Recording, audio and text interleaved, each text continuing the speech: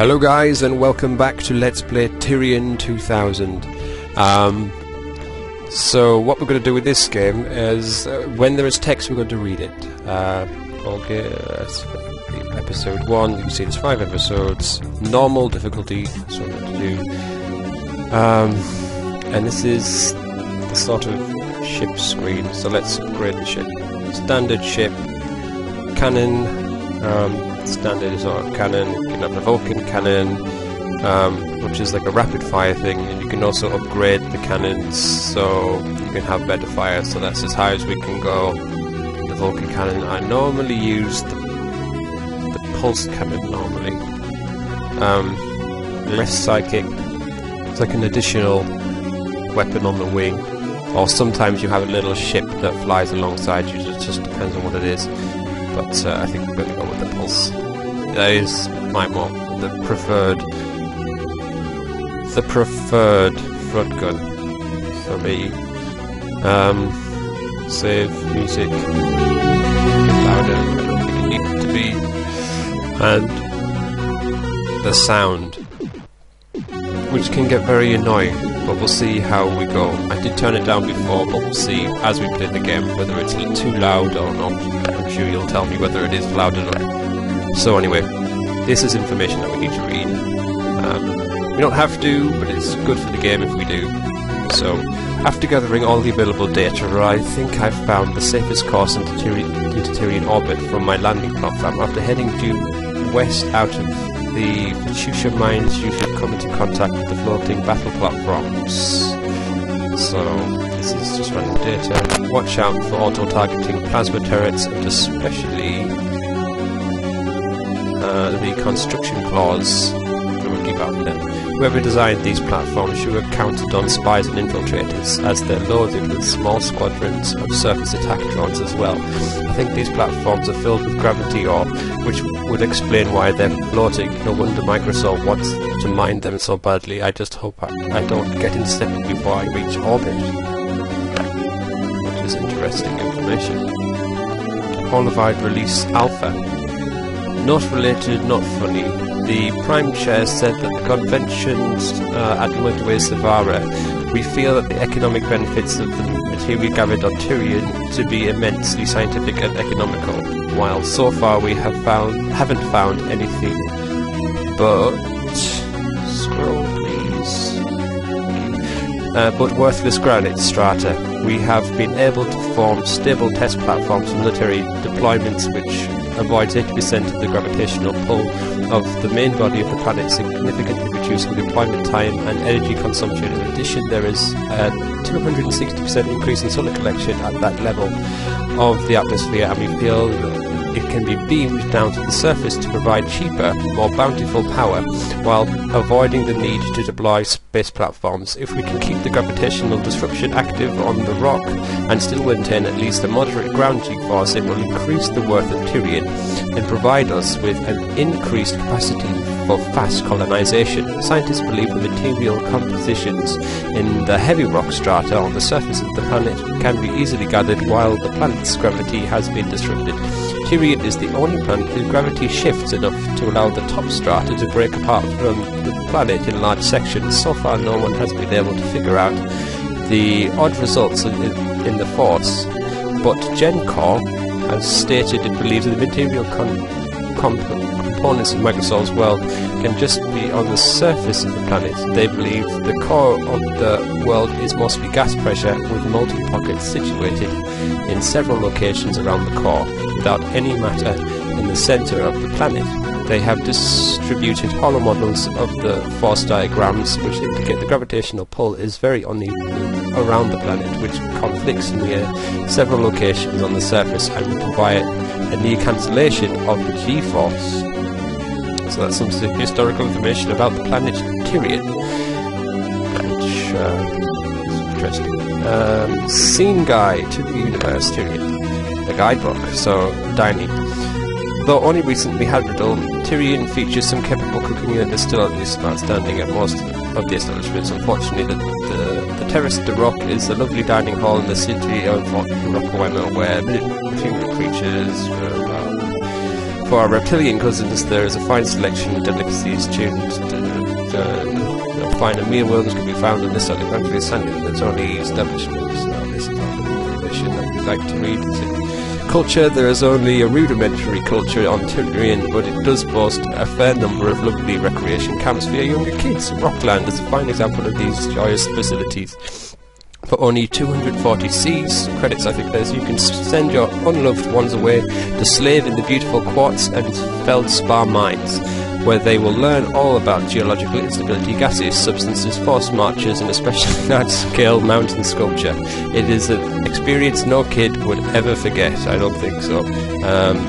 Materialists will also be able to find gaze upon the wonder of the geology strata. Worth a look. Entertainment, most visitors.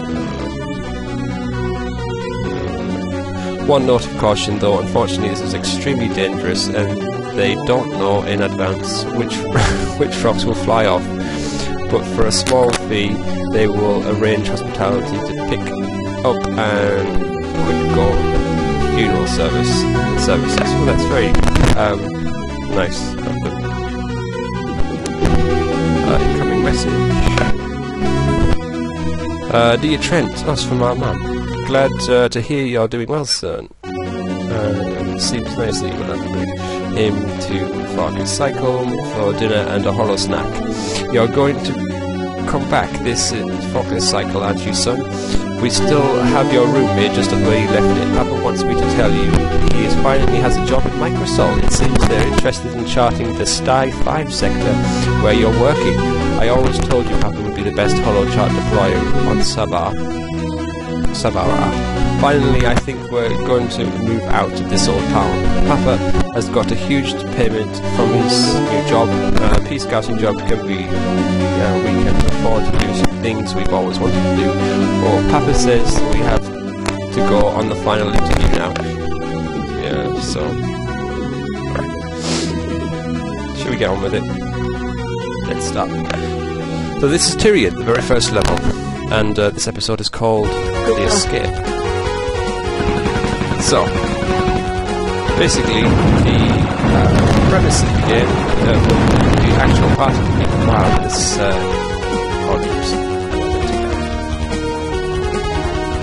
is to destroy everything. So we've got our little ship here, and we're blasting very heavily, basically everything, indiscriminately, in fact. I don't know if any of this is civilian or whatever, but I think the assumption is that you have to make is that it's all just bad guys, and we have to shoot them. Oh yes, there's a very interesting mechanic in this game for the shields and weapons and things. So at the top you can see an orangey going down to red bar that looks after what's called a generator, and the generator basically powers your weapons and your shield. Your shield will recharge if the generator can reach a certain level and power, which is good, but means that you also have to keep an eye on your shield. So you can take hits, unlike some games where you won't get so many hits. With this game you can take, in theory, almost infinity amounts of hits as long as your generator and shield are strong enough. Oh, secret level. Strong enough power. But sometimes we have to watch the balance between the two. But we'll see how we advance in the game. I haven't really played this in a long time. But the premise is very straightforward. We've got things, and they come towards us. We've got guns, and we shoot them. Please. Oh, this is sneaky. Oh, I'm gonna get them all. Yes, and it's a platform thing. Good for us. And the more you get, the more points that you get, which is good. Good for us. Good for our points. So you can see at the bottom left-hand corner there are some numbers that are going up. That corresponds to our points, but points means prizes in this game, and the amount of points that you get corresponds to the amount of credits that you'll earn. Let's get that data. Data is information about the game. We'll actually be reading them little bits of data. Don't confuse things that you're reading before. Well, that's data. So when you collect them, it tells you a bit more about the game. Not necessary, but the game doesn't really tell you much about what you're doing, so you kind of need to find out what you're doing. And obviously, you're encouraged to do that by collecting data cubes. Watch out for these.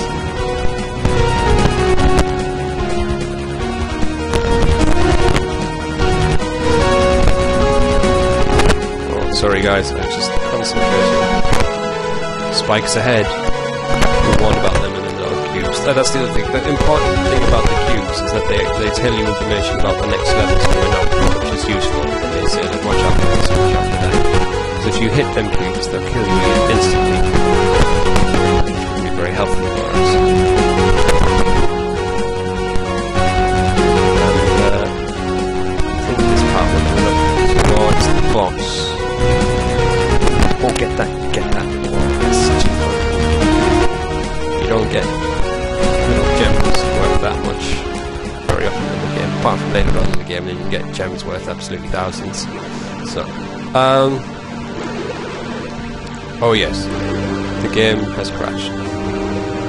So I've re-stitched this last bit on. As you notice that there's a little the numbers changed. Well, so basically when I was playing the game crashed. And I think there was sound issues as well with the game. Oh, watch out for the again. Which I had to try and resolve. It was flicking from mono to stereo, and I think it might have been the cables I was using. Sorry. Anyway, it's not going to detract too much from the joy of Tyrian 2000. Oh, watch out for that. And that's level 1. Well done, us. And we've collected 4 cubes. 72% destruction. I think the aim is to get 100% destruction. Anyway, so I think we'll save here. New game. Yeah, that's us. So anyway, we'll leave it for today. When we come back, there'll be more of this. So stay safe, take care of yourself, and see you later. Alright, bye bye.